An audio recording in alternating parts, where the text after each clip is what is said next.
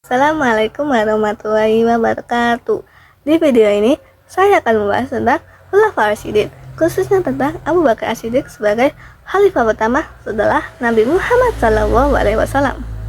Jadi, Khulafaur Rasyidin berasal dari dua kata, yaitu pertama, khulafa, jamak dari khalifah yang memiliki arti pengganti, dan yang kedua, Rasyidin, mendapat petunjuk. Khulafaur Rasyidin bermakna pengganti Rasulullah SAW. Itu artinya para pemimpin yang menggantikan tugas-tugas Rasulullah setelah beliau wafat.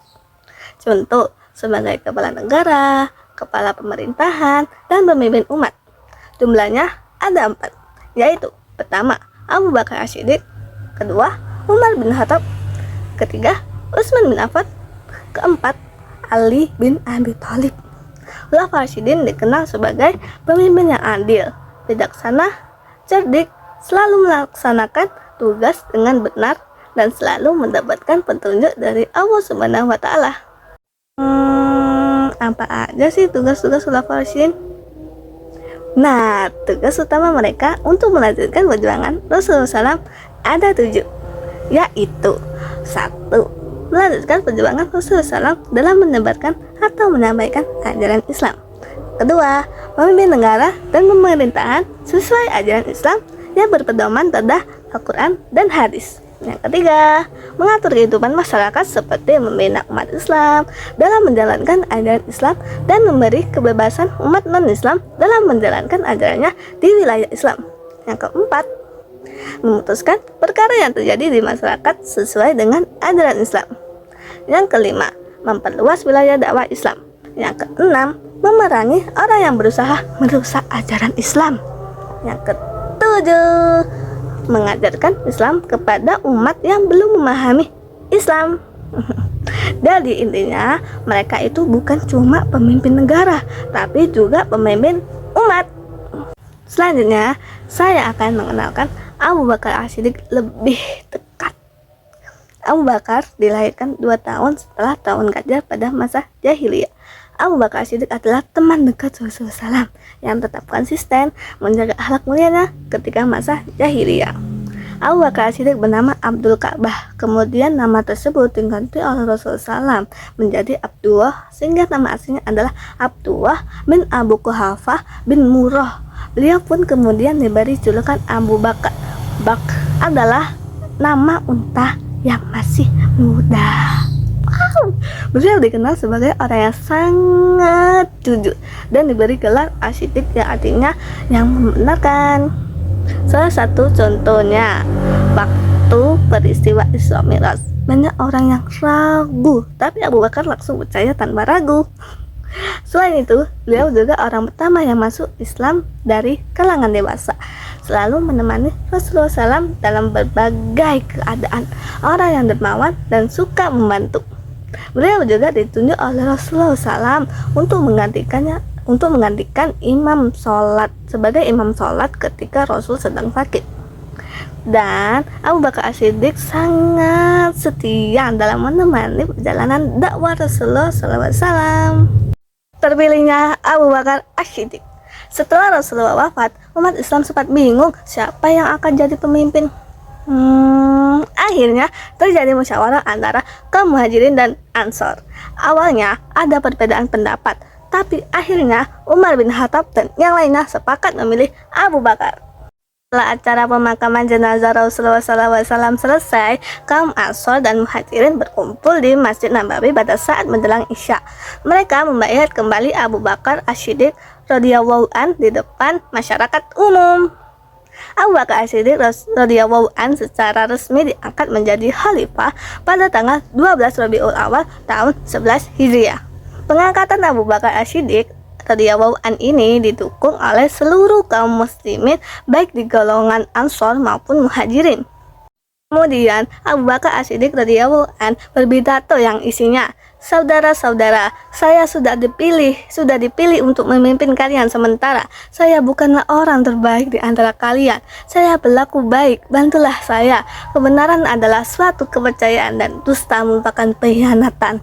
Taatilah saya selama saya taat kepada Allah Subhanahu wa Ta'ala dan Rasulnya. Tetapi bila saya melanggar perintah Allah Subhanahu wa Ta'ala dan Rasulnya, gugurlah ketaatanmu kepada saya. Kebijakan Abu Bakar As-Siddiq selama jadi khalifah. Abu Bakar menghadapi banyak masalah seperti golongan orang yang keluar dari Islam, murtad, orang yang tidak mau membayar zakat, dan ada juga orang yang mengaku sebagai nabi. 4 nabi palsu. 1.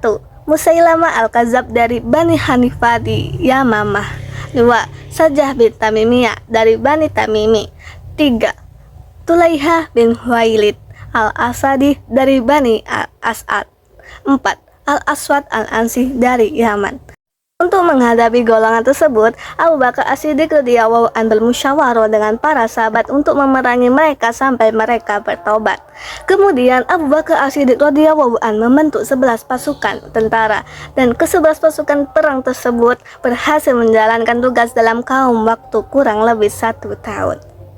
Sikap tegas Abu Bakar As-Siddiq radhiyallahu an akhirnya dapat mengembalikan kepercayaan bangsa Arab terhadap Islam setelah Rasulullah SAW wafat. Setelah perang Ridho, banyak kekhawatiran yang muncul dalam benak para sahabat. Salah satunya adalah Umar bin Khattab radhiyallahu an. Beliau mengusulkan kepada Abu Bakar As-Siddiq radhiyallahu an untuk mengumpulkan ayat-ayat Al-Quran menjadi satu mushaf karena beberapa alasan berikut. 1. Banyak menghafal Al-Quran yang gugur dalam perang penumasan orang murtad. 2. Ayat-ayat Al-Quran yang ditulis pada kulit-kulit kurma, batu, dan kayu sudah banyak yang rusak sehingga perlu penyelamatan. 3. Bertujuan agar dapat dijadikan pedoman bagi umat Islam sepanjang masa. Khalifah Abu Bakar As-Siddiq menunjuk Zaid bin Sabit untuk memimpin pengumpulan ayat-ayat Al-Quran, memperluas wilayah dakwah Islam ke luar Arab.